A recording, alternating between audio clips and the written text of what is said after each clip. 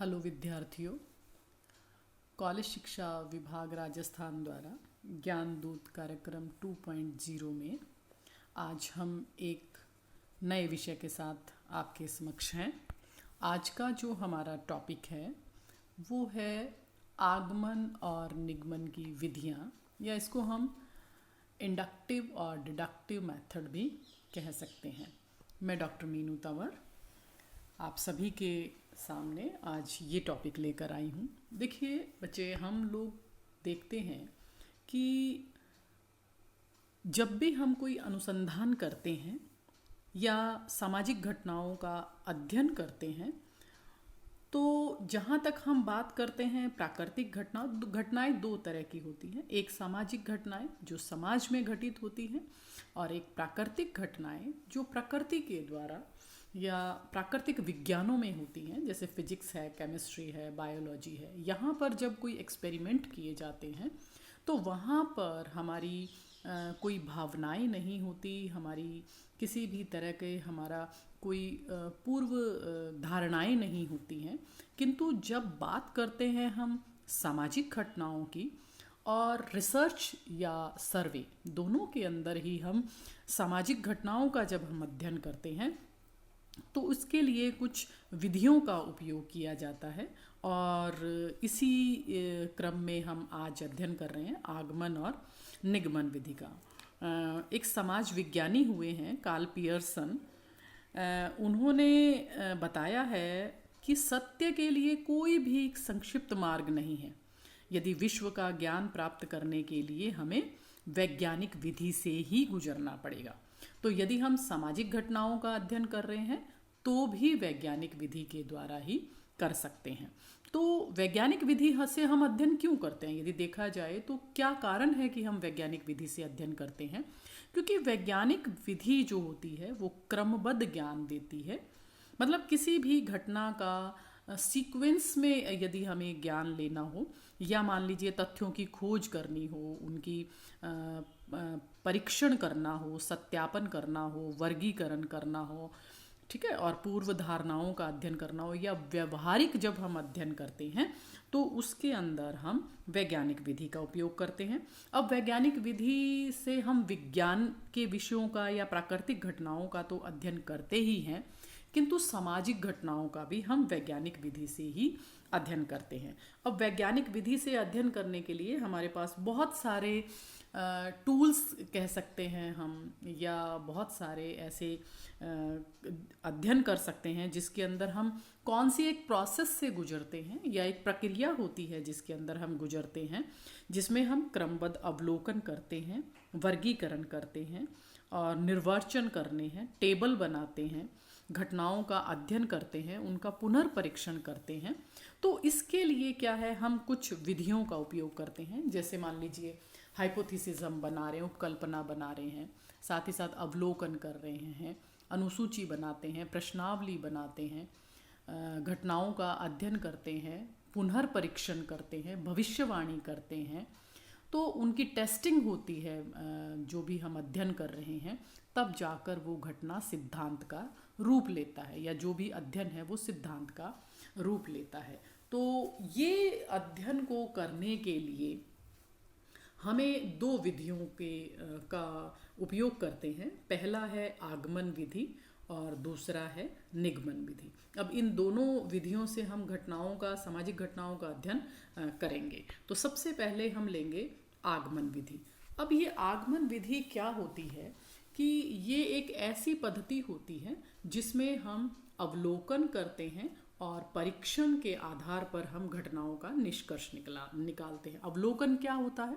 अवलोकन होता है कि जब हम घटनाओं का देखकर, महसूस करके अध्ययन करते हैं, और फिर जब हम उनका परीक्षण करते हैं, टेस्टिंग करते हैं, उसके आधार पर जो निष्कर्ष निकलते हैं उसको हम आगमन पद्धति। और इसमें एक छोटी सी बात आपको विशेष रूप से ध्यान रखनी पड़ेगी कि इस विधि के अंदर क्या है, विशिष्ट इकाइयों का जो अध्ययन होता है वो हम सामान्य नियमों के आधार पर करते हैं।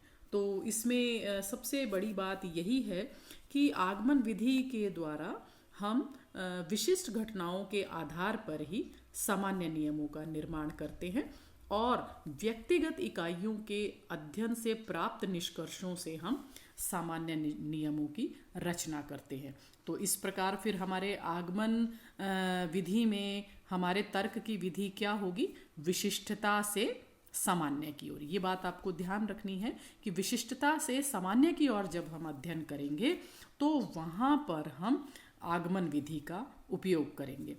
अब इस प्रणाली में हम क्या क्या कर सकते हैं? निरीक्षण कर सकते हैं, अवलोकन कर सकते हैं, और इसमें एक्सपेरिमेंट का बहुत महत्वपूर्ण स्थान होता है, प्रयोगों का हम इम्पोर्टेंस होती है। और इसके साथ साथ हम घटनाओं के संबंध में आवश्यक तथ्यों को भी एकत्रित करते हैं, डाटा जिसको हम कहते हैं, तो डाटा कलेक्शन करते हैं। और इसके लिए इसमें हम कौन सी विधियां इस्तेमाल करते हैं?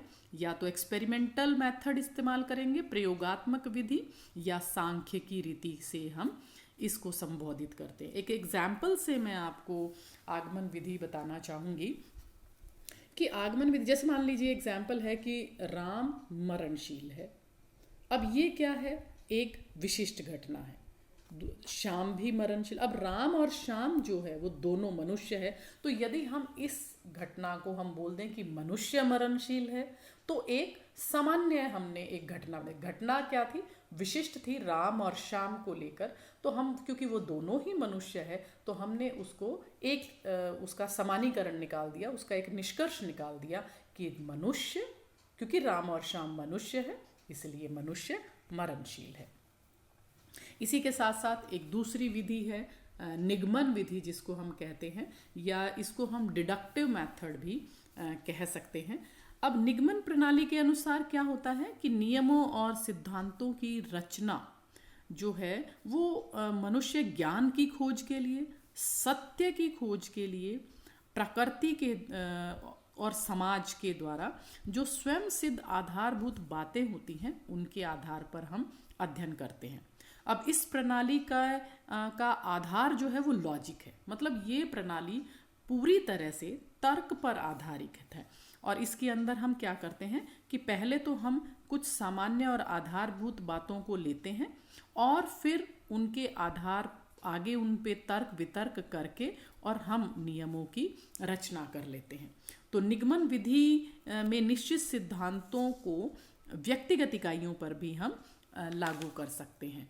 तो इसके अंदर यदि हम बात करें कि ये जो दोनों विधियां हैं, आगमन और निगमन विधि, ये दोनों ही विधियां एक दूसरे पर आश्रित होती हैं। आगमन और निगमन विधि में परस्पर संबंधित भी होती है। जब हम घटनाओं का विशेष रूप से यदि हम देखें कि विशिष्टता से सामान्य की ओर अध्ययन करेंगे तो हम आगमन विधि का प्रयोग करेंगे, और जब हम घटनाओं का सामान्य से विशिष्टता की ओर अध्ययन करेंगे तब हम उसमें निगमन विधि का उपयोग करते हैं। निगमन विधि में दो भेद हम कर सकते हैं। पहला भेद जो है वो प्रत्यक्ष निगमन विधि, और दूसरा जो भेद है वो विपरीत निगमन विधि। अब प्रत्यक्ष निगमन विधि क्या होती है? प्रत्यक्ष निगमन विधि से हम क्या करते हैं कि हम जो भी तथ्य है या घटना है उसका हम परीक्षण करते हैं और उसके द्वारा हम सत्यता की जांच करते हैं। जैसे विशेष रूप से यदि हम देखें तो जो साइंटिफिक स्टडी हम करते हैं, प्राकृतिक विज्ञानों में हम अध्ययन करते हैं, वो प्रत्यक्ष निगमन विधि से करते हैं। और विपरीत निगमन विधि जो है, ये विधि एक ऐसी विधि होती है जिसमें हम सबसे पहले परीक्षण करते हैं। परीक्षण के आधार पर हम घटनाओं का अध्ययन करते हैं, और जैसे क्योंकि समय और स्थान के अनुसार सामाजिक घटनाएं बदलती हैं तो हम इनका पुनर्परीक्षण भी कर सकते हैं। तो ये वाली जो विधि है विपरीत निगमन विधि, ये विधि विशेष रूप से सामाजिक विज्ञानों के अंदर पाई जाती है। तो प्रत्यक्ष निगमन विधि प्राकृतिक विज्ञानों में, और विपरीत निगमन विधि जो है वो सामाजिक विज्ञानों में पाई जाती है। यदि हम इसको कंक्लूजन इसका करें या निष्कर्ष निकालें तो हम ये कह सकते हैं कि सामाजिक अनुसंधान के अंदर आगमन और निगमन दोनों विधियों द्वारा ही हम अध्ययन कर सकते हैं। अब कौन सी विधि का उपयोग पहले होता है ये एक अलग तरीके का है, क्योंकि हमें देखना है कि घटनाओं को हम विशिष्टता से सामान्य की ओर अध्ययन कर रहे हैं या सामान्य से विशिष्टता की ओर अध्ययन कर रहे हैं। यदि हम इसमें उपकल्पना का निर्माण हम आगमन विधि से भी कर सकते हैं और निगमन विधि से भी कर सकते हैं, परंतु जब हम बहुत सारी घटनाओं को देखकर उनमें समान लक्षण के आधार पर किसी उपकल्पना का निर्माण करते हैं तो वो कौन सी विधि होती है? आगमन विधि।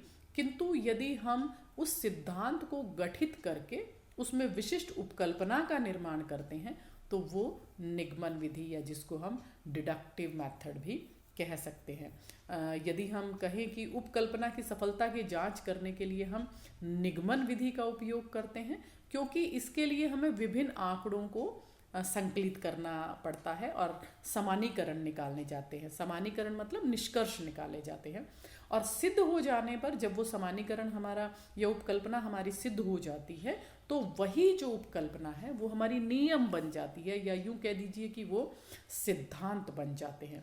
तो इन नियमों का प्रयोग हम फिर से विशिष्ट घटनाओं के अंदर कर लेते हैं, तो वो जो है वो निगमन विधि के अंतर्गत आते हैं। तो हमें पूरा यदि कंक्लूजन यदि हम अध्ययन करते हैं तो एक ही लाइन में हम आगमन और निगमन विधि को समझ सकते हैं कि जब हम विशिष्टता से सामान्य की ओर अध्ययन करेंगे आगमन विधि, सामान्य से विशिष्टता की ओर अध्ययन करेंगे तो वह निगमन विधि होगी। आशा करती हूँ आपको सामाजिक अनुसंधान की जो ये दो विधियाँ हैं वो समझ में आई होगी। इसी के साथ धन्यवाद।